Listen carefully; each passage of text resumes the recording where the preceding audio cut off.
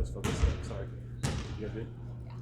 Just we got back to back coming up here. LA, Miami. How's the mindset coming off of the last game?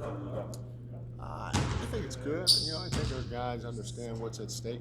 We got to take each one of these games one game at a time, but we got to go and we got to win. Biggest thing you can roll over from this last game against the Spurs? We found a way to win. We showed a resolve that was necessary to go get it done, and we made plays at the right time. Obviously, we feel like we can play a lot better than what we did, but sometimes it's about making plays at the right time, and our guys stepped up and made plays at the right time in that game. Is there a different level of excitement going up against a team like the Clippers? Given how good they've been, and especially. I don't know. You'd have to ask the guy. Like I don't feel like anything's changed. I don't feel anything that has changed in terms of the level of excitement. They know that this is our next game, and Clippers are a good team, and we got to be ready to play, especially going on the road and facing them in their building. What stood out to you that's allowed them to click so well as of late? The Clippers? Yeah. They got 4 future Hall of Famers and they're starting 5. That helps. When I was in Golden State, we had that. We clicked a lot.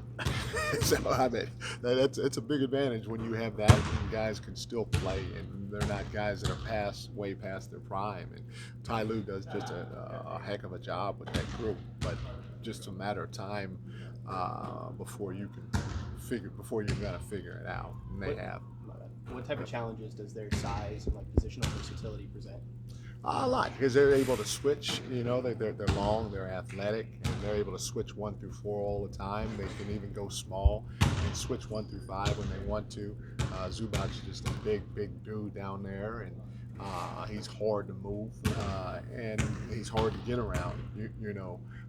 So they're a veteran team that's won at a high level that poses a lot of problems just because of their switchability and their size, their length, their athleticism, and intelligence on top of that. Mike, that first game back from the break, is that really about just surviving and getting guys back on the floor and trying to come up with a win, but maybe it's not so much about the X's and O's?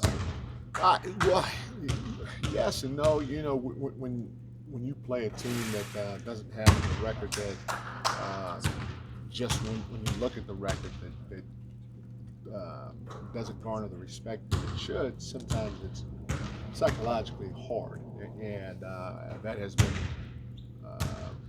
shown with our team quite a bit this year. And so, whenever you play anybody, first of all, it's about trying to get the win, find a way to get the win. But when you play a team that you think that you quote unquote think you should beat, it's much more than that. You should feel confident going in every game thinking you're going to get a win. But if you think that you're just going to turn the switch on against a team like Charlotte, Detroit, the Spurs, the teams that aren't necessarily in the playoffs right now, you're going to probably have a rude awakening because those teams are talented and they're trying to play hard, they're trying to play the right way. This league has gotten deeper and better, and you can lose at any time. And so for us, that first game, more than anything else, was just trying to find a way to get a win, especially in an area that we had done well in, against a team that's not a playoff team. So. And the three-point defense has been a big area of focus for you guys. Yeah. Any takeaways from that last game against San Antonio? Did you see some improvement? We saw some improvement, yeah, and they had a couple of tough shots, like the shot by Vassell across from their bench that I'll take that closeout and live with that 10 out of 10 times. And but at that point, he was in a groove too, and so that's where you have to not let guys get comfortable throughout the first 45 minutes of the game, and because if they are like he was, that basket seems bigger than the Pacific Ocean, So there were some good things. There were some things that weren't good. That's why I took that early timeout. They got a wide open 3 in the corner, and we didn't even contest. And so for us, we have to keep locking in and trying to improve defensively, especially in that area, because it's going to be hard to beat a team if you're giving up 122 points a night. You had that 4 guard lineup at one point. Just wondering how you thought it executed for you and how comfortable you were maybe seeing that again. Yeah, no, I'll play it, especially if the matchups warrant it. The Spurs aren't necessarily a big team, especially if they're starting Wemby at the center spot. So we're playing him at the center spot. So we felt like we can match up, and we felt like those 4 guys on the floor at the time were the right lineup to throw out there. So it's not a thing where I'm gonna specifically go to it just because it worked against the Spurs, but I'm not afraid to use it, especially if the matchups warrant it. Yeah. Coach Brown, it's been a running theme that when a player sit 1 or 2 games, and then you call them in the next game and they're ready to go. You got to be happy about how they respond about that. I know it's happening on occasions this season, but say like Chris, he comes in and he hit a couple threes. He was ready. Yeah, it's not just always about making the threes. He shot the ball obviously well. He hit a couple threes, but I thought defensively he was really good for us.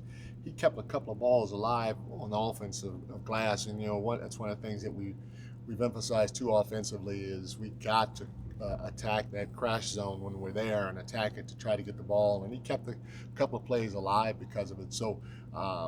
That's why you got 15 guys. On any given night, your number can be called, and you have to stay ready. And the more guys can do that, I definitely feel good about it. But they should individually and collectively too, because they know that they can count on any of their teammates when they're out on the floor, even if they hadn't played in 2, 3, 5, 7 games, because they're going to try to play the right way. It also shows their professionalism too. That's their job. To be ready at all times. 100%. 100%. It is their job. They get paid the same whether they play 5 games or they play 50 games. It's the check is the same. So you hope that you have a group is that. Our group definitely is a professional group. Given all the time you spent with Steve Kerr, what was your reaction to seeing him getting that extension? No, it's well deserved. He definitely with all the championships and winning that he's helped bring to San Francisco. It's definitely well deserved. It's more so than anybody else, in my opinion, with what he's done as of late with that organization. And you're excited to see Steve get it, but you're just as excited to see a guy like Joe Lacob step up to the plate and say, hey, he's helped this organization in ways that no others have, and so he deserves to be the highest paid coach in the business. Thanks, everyone. Thank you all. Good luck, Coach. Got to make you smile about the rising